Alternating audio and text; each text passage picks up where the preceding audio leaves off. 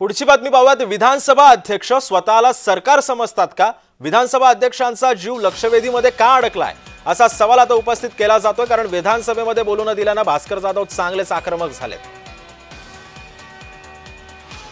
Right of reply मागितला ही गोष्ट खरी आहे, पण त्यांनी माझा नाकारला पाहिजे होता।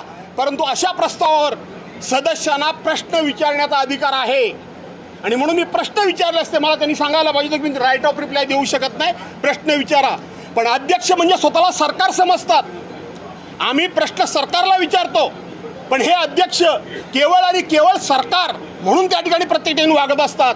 हे अध्यक्ष कस्टोडियन म्हणून आमच्या हक्काचं रक्षण करण्याच्या ऐवजी आपण कसं सरकारला प्रत्येक ठिकाणी वाचवतोय हे दाखवून धन्यता मिळवण्यामध्ये अध्यक्ष स्वतःला सहज समजतात। माझं म्हणणं अध्यक्षांना की आपण या विधान भवनाला आता लक्षवेधी भवन नाव द्या, लक्षवेधी भवन नाव द्या।